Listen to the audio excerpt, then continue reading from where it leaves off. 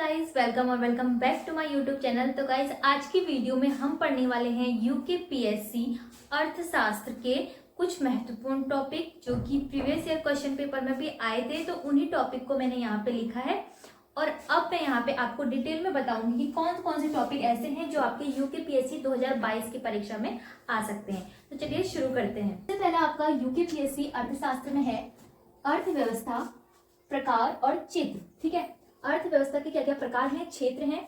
अब साथ साथ इनकी ना परिभाषा भी आपको पढ़नी होगी। अर्थव्यवस्था क्या होती है, उसका क्या क्षेत्र है, उनके कितने प्रकार हैं।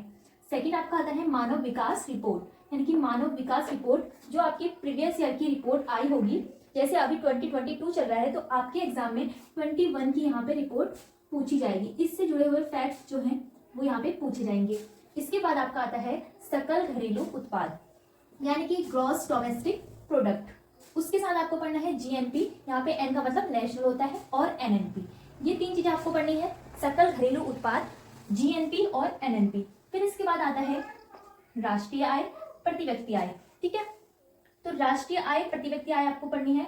फिर उसके बाद आएगा यहाँ पे पंचवर्षीय योजना। पंचवर्षीय योजना से सभी एग्जाम में काफी क्वेश्चन बनते हैं, तो पंचवर्षीय योजना को अच्छी तरह आपको देखना है, कैसे इसकी शुरुआत हुई और क्या क्या इसमें कार्य होते हैं। फिर उसके बाद आता है आपका नीति आयोग। नीति आयोग को ठीक से आपको पढ़ना है। फिर देखो गरीबी, गरीबी यानी निर्धनता। इकोनॉमिक्स में ये टॉपिक आता है, गरीबी, भारत में निर्धनता, भारत में किस प्रकार की निर्धनता है। और फिर उसके बाद गरीबी निवारण, क्योंकि निर्धनता को निवारण करने के लिए, रोजगार के लिए, बीमा के लिए, शिक्षा के लिए, स्वास्थ्य और बाल विकास के लिए क्या क्या योजनाएं यहाँ पे चलाई जा रही हैं, चाहे वो केंद्र से संबंधित हो। वैसे तो लूसेंट की बुक में आप पढ़ोगे तो सारे केंद्र से संबंधित ही आपको मिलेंगी। साथ ही साथ आपको उत्तराखंड में, उत्तराखंड की अर्थव्यवस्था में यही योजनाएं उत्तराखंड से संबंधित भी पढ़नी है।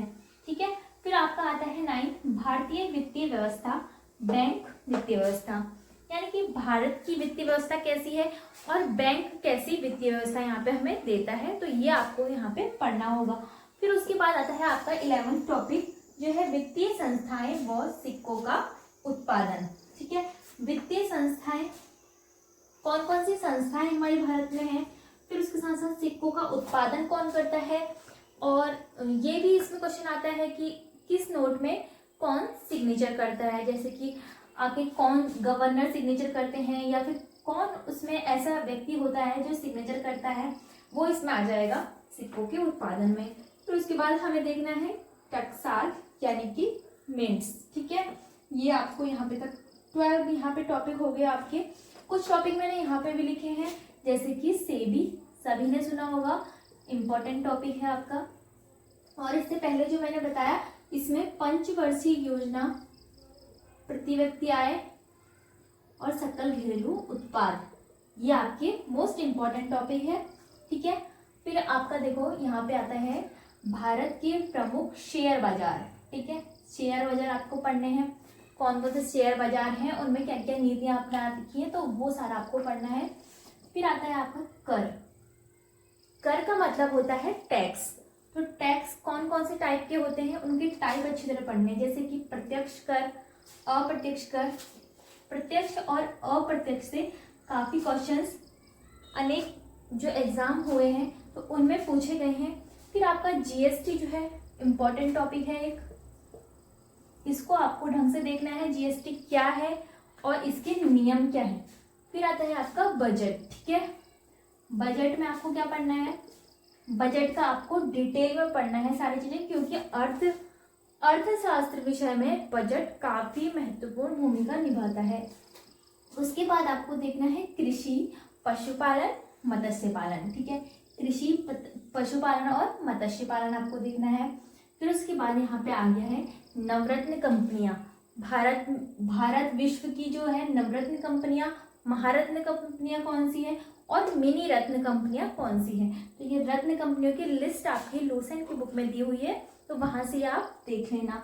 फिर उसके बाद आता है 19 टॉपिक दिवालियापन संहिता। ठीक है, दिवालियापन संहिता को आपको डिटेल में पढ़ना है। फिर उसके बाद आता है विदेशी मुद्रा व्यापारिक संगठन, आईएमएफ।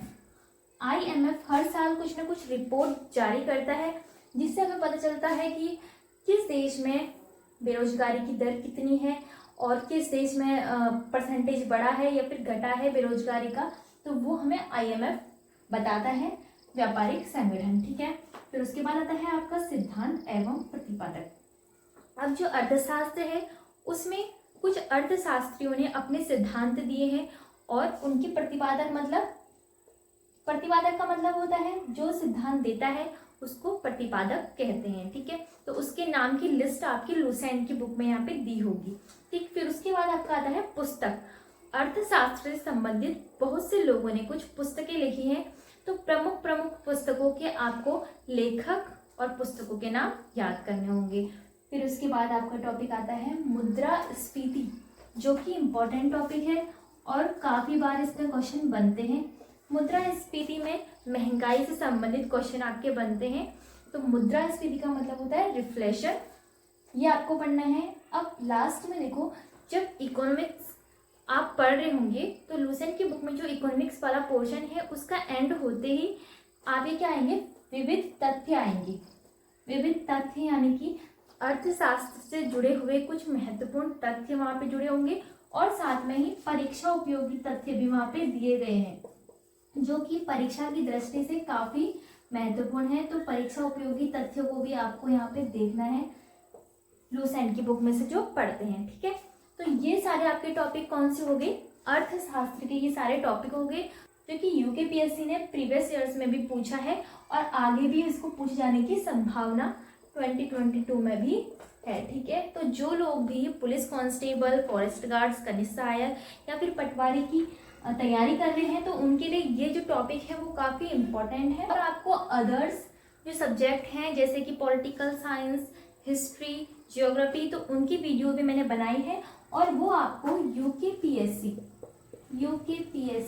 2022 की प्लेलिस्ट में आपको मिल जाएगी। ठीक है, और UKPSC से जुड़ी हुई बहुत सी चीज़ें जैसे कि बुक लिस्ट हो गया, ठीक है, बुक लिस्ट हो गया और सिलेबस हो गया, important topic subject wise video बनाई है, तो ये सारी आपको UKPSC 2022 वाली प्लेलिस्ट में मिल जाएगी। तो अगर आपको ये वीडियो अच्छी लगी हो तो वीडियो को लाइक और चैनल को सब्सक्राइब जरूर करना।